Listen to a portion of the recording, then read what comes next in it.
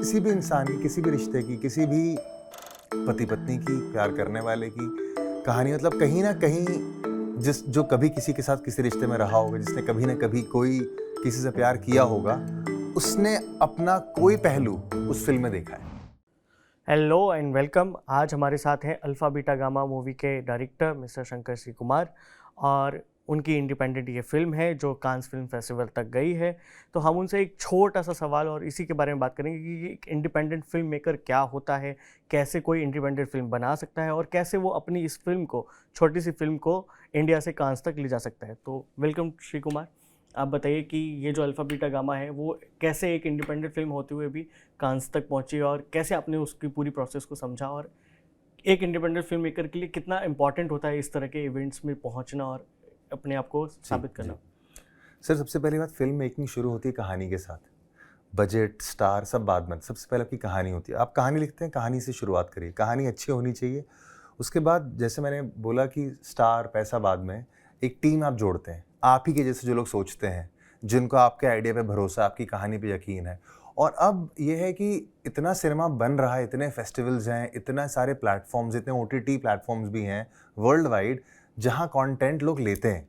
तो इसीलिए हम 40 लोगों की टीम थी, हम लोग जुड़े अल्फा बीटा गामा की स्क्रिप्ट के साथ। हम लोगों ने फिल्म बनाई और लोगों ने पूछा बनेगी कैसे। ये फिल्म लॉकडाउन के दौरान बन गई। लोगों ने पूछा ये वर्ल्ड कैसे ट्रैवल करेगी, तो कांस, बर्लिन, US, टर्की, ऑस्ट्रिया, मतलब आधा 3 कॉन्टिनेंट्स फिल्म घूम आई है। और फिर किसी ने कहा कि इंडिपेंडेंट सिनेमा रिलीज नहीं होता है, तो 8 मार्च 2024 को जुहू PVR हमारा प्रीमियर भी हो गया। तो मेरा मानना है कि आप कोशिश करते रहिए, है ना। बिकॉज देखिए, अगर आपके पास कहानी है कहने के लिए, तो लोग सुनने में इंटरेस्टेड डेफिनेटली हैं। ठीक ये है। चीज़ है। एज अ फिल्म मेकर आपकी फेवरेट फिल्म कौन सी है जो आपको सबसे ज़्यादा पसंद है, आपको सबसे ज़्यादा इंस्पायर करती है? As a film maker, Interstellar. Okay, क्या खास लगता है आपको उस फिल्म में? खास ये लगता है कि कितना ही कॉम्प्लिकेटेड प्लॉट है, लेकिन उसका जो आधार है वो बहुत ही बेसिक ह्यूमन रिलेशनशिप है। ओके, और कितनी भी लाइफ कॉम्प्लिकेटेड हो, वो होती रिलेशनशिप्स के अराउंड ही है। तो अल्फा बीटा गामा का इंस्पिरेशन भी कहीं ना कहीं इस ट्रेलर से आप ढूंढ सकते हैं। जी बिल्कुल, आपको कहीं ना कहीं साइंस मिलती है, and it's a science of relationship जो मैंने अल्फा बीटा गामा में एक्सप्लोर करी है। ओके, जी बिल्कुल। कैसा रहा एक्सपीरियंस आपका कांस का? क्योंकि अक्सर बहुत सारे लोग जो जनरल पब्लिक है उसको नहीं पता होता कि लोग सिर्फ उसको रेड कारपेट की वजह से ही जानते हैं कांस को, लेकिन वहाँ फिल्म फेस्टिवल जो होता है उसमें फिल्म्स दिखाने का, वहाँ पे उनके जो गेस्ट हैं उनके साथ कॉन्वर्स करने का किस तरह का ये माहौल होता है कांस का, थोड़ा आप कांस के इनसाइट के बारे में बताइए। जी बिल्कुल। देखिए, ऐसे फर्स्ट टाइम फिल्म मेकर मेरी आंखें खुल गई। मतलब एक नए फिल्म मेकर के लिए कांस जाना, वो एक्सपोजर अपने आप में बहुत बड़ी बात है। वो रेड कार्पेट जो आपने कहा, वो तो सिर्फ एक ग्लैमर का वो एक ट्रेंड बन गया कि कोई कांस फिल्म फेस्टिवल आप जाते हो तो रेड कार्पेट पे आप चलते हो।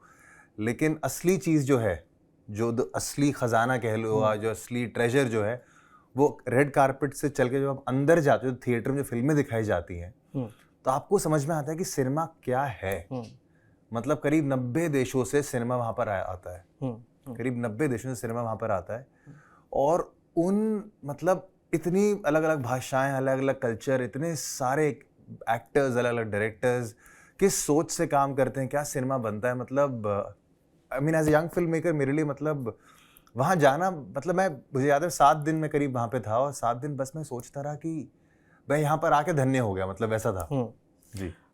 तो जैसे इंडिया में भी बहुत सारे फिल्म फेस्टिवल होते हैं और फॉरेन में भी आप कांस में होके आए हैं, तो दोनों के फिल्म फेस्टिवल में क्या फ़र्क देखते हैं आप? फिल्मों की जो वैरायटी है वो कहाँ ज़्यादा मिलती है देखने को? इंडिया में जैसे इंडियन लैंग्वेजेस की भी कई फिल्में होती है, वहाँ पे आपको फॉरेन लैंग्वेज। तो अगर कोई स्टूडेंट है बाई चांस वो फिल्म मेकिंग ही सीखना चाहता है, तो उसके लिए दोनों जगहों पे क्या फ़र्क पड़ता है? देखिए, वैसे तो 2 अलग फिल्म फेस्टिवल या 2 अलग कल्चर्स की तुलना करना मैं मानता हूँ गलत है, लेकिन फिर भी अगर आप पूछ रहे हैं तो देखिए, कांस थोड़ा ज़्यादा ग्लोबल है। मतलब, और ऐसा कह लीजिए कि जैसे अगर मैं बात करूँ इफ़ी गोवा की, जो इंडिया का और शायद एशिया का सबसे बेहतरीन फिल्म फेस्टिवल है, तो उनका जो जिस तरीके से, जिस तरह की फिल्में वो चुनते हैं, उनका मैं कहूँगा, ये नहीं कहूँगा बेहतर या कम अच्छा है या ज़्यादा अच्छा है, लेकिन जिस तरह का सिनेमा वो चुनते हैं वो अलग है। और कांस में जो सिनेमा दिखाया जाता है वो ज़्यादा आर्टिस्टिक होता है मेरे ख्याल से। जी। शंकर, मुझे एक चीज़ और आप बताएं अगर कि जैसे जब आप कान से लौट के आए जी। तो इंडिया में उसका वेलकम कैसे हुआ, लोगों ने उसका वेलकम कैसे किया, और अभी आपकी फिल्म को जो रिस्पांस मिल रहा है वो कांस के बाद उसके रिस्पांस में क्या चेंजेस आए हैं? मैं आपको सच बताऊं, हाँ। मतलब कांस जाने से पहले मतलब मुझे लगता था कि अगर कोई फिल्म डायरेक्टर बनता है तो उसको मतलब क्या होता होगा और क्या उसको सेलिब्रिटी वाला स्टेटस फील होता होगा। हम्म, तो जैसे ही मैं कांस से वापस लौटा, हम्म, मैं एकदम से रेलेवेंट हो गया। मतलब सबको मेरे बारे में जानना था, सबको मेरी कहानी जाननी थी। पता नहीं, रोज़ एक नई प्रेस कॉन्फ्रेंस में जाया करता था मैं। बहुत सारे फिल्म फेस्टिवल में मुझे इनविटेशन मिल गया। तो कहीं ना कहीं हाँ, मतलब मैंने वही बात कही कि एक नए फिल्म मेकर के लिए एक बहुत ही एक अलग तरह का एक्सपोजर था, एक अलग प्लेटफॉर्म था। और उसके बाद जैसे मैंने कहा कि हर कोई जानना चाह रहा था कि अल्फा बीटा गामा में आखिर ऐसा क्या है कि आईएनबी मिनिस्ट्री ने उसको कांस भेजा। हम्म। शंकर, एक और चीज़ जो मैं जानना चाहूँगा कि कांस के से लौट के आने के बाद करते, आपने जैसे कहा कि कांस से लौट के आने के बाद लोग आपके बारे में जानना चाहते थे, लोग वो ये भी जानना चाहते थे कि अल्फा बीटा गामा में खास क्या है। तो अब हम यहाँ से यहीं पे चलेंगे कि आप अपने बारे में बताएं कि लोग आपके बारे में क्या जानना चाहते थे और आपने उन्हें क्या बताया। लोग सबसे पहले हर कोई ये जानना चाहता था कि अल्फा बीटा गामा है क्या, क्योंकि फिल्म तो रिलेशनशिप ड्रामा है, मतलब एक लव स्टोरी है, कॉमेडी कह लीजिए, एक जॉनर इसको हम बोलते हैं slice of life, mumble core. India में काफ़ी कम फिल्म मेकर्स बनाते हैं, तो कोशिश होती बनाने की। लेकिन अल्फा बीटा गामा क्या है? तो बेसिकली मेरे हिसाब से मेरे खुद के जीवन से बड़ी करीब से जुड़ी हुई कहानी है अल्फा बीटा गामा। और मुझे बस ये एहसास हुआ कि अल्फा बीटा गामा किसी भी इंसान की, किसी भी रिश्ते की, किसी भी पति पत्नी की, प्यार करने वाले की कहानी, मतलब कहीं ना कहीं जो कभी किसी के साथ किसी रिश्ते में रहा होगा, जिसने कभी ना कभी कोई किसी से प्यार किया होगा, उसने अपना कोई पहलू उस फिल्म में देखा है। तो थोड़ा सा हम अल्फा बीटा गामा की तरफ चलेंगे। अल्फा बीटा गामा की स्टोरी कैसे है और कहाँ से एक स्टार्ट होती है, थोड़ा सा उसके बारे में हम जानना चाहेंगे कि अल्फा बीटा गामा आखिर में है क्या। अच्छा, तो 3 किरदार हैं बेसिकली। कहानी बहुत सरल है। 3 किरदार हैं, एक घर है। चौथा किरदार जो घर का किरदार है। तो मिताली चौहान, चिरंजीव वशिष्ठ, ये एक मैरिड कपल थे और करीब स्कूल से साथ पढ़ते थे, बचपन में इश्क हो गया, शादी हो गई, 10 साल बाद करीब डिवोर्स लेने की बात आ गई और चिरंजीव अपनी पत्नी को छोड़ के चला गया। इस सेपरेशन 2 साल हो चुके हैं और कहानी यहाँ से शुरू होती है। लॉकडाउन का फर्स्ट फेज चल रहा है और मिताली अकेली रहती है और उसका एक दिन सवेरे फ़ोन आता है चिरंजीव के पास कि मुझे आपसे डिवोर्स चाहिए क्योंकि अब मैं किसी और से शादी करना चाहती हूँ।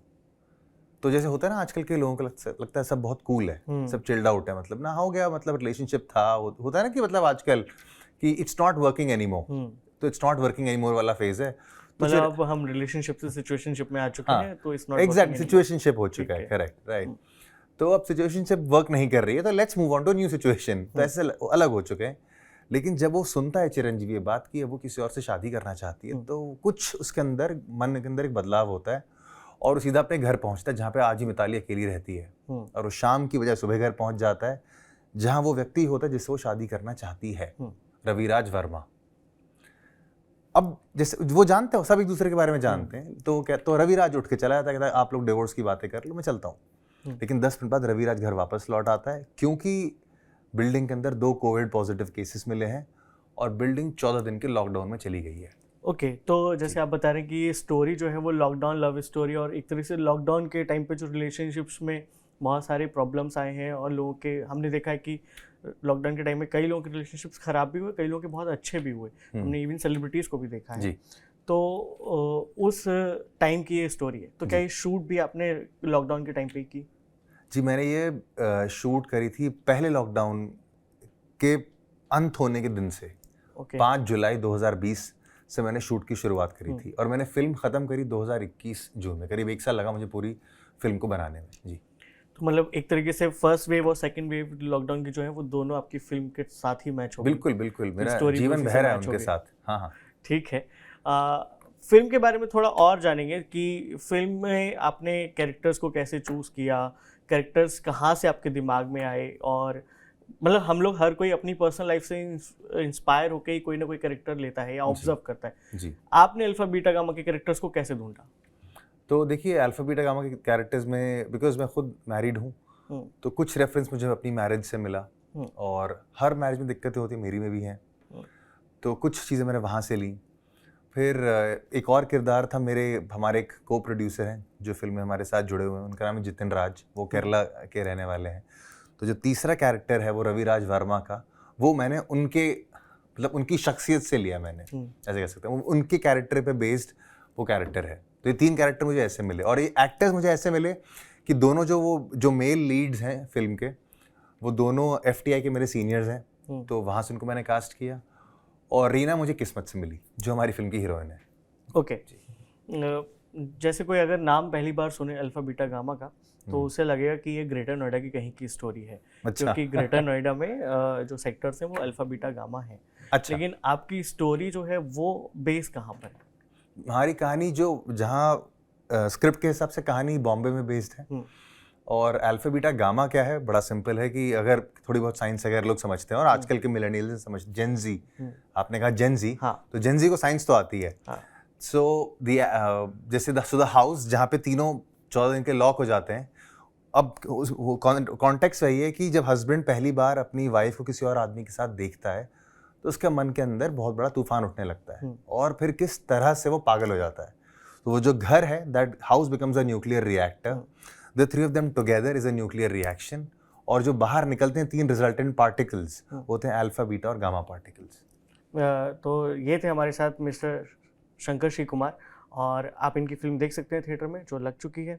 और इसके अलावा अल्फा बीटा गामा एक रिलेशनशिप स्टोरी है, जो हमारी जेन ज़ी और जो हमारी मिलेनियल्स हैं उनके लिए ही बनाई गई है। तो जाके देखें इस फिल्म को, और ये फिल्म कांस से अलावा पूरी दुनिया में कई सारे फिल्म फेस्टिवल का ट्रैवल करके आई है। नमस्कार।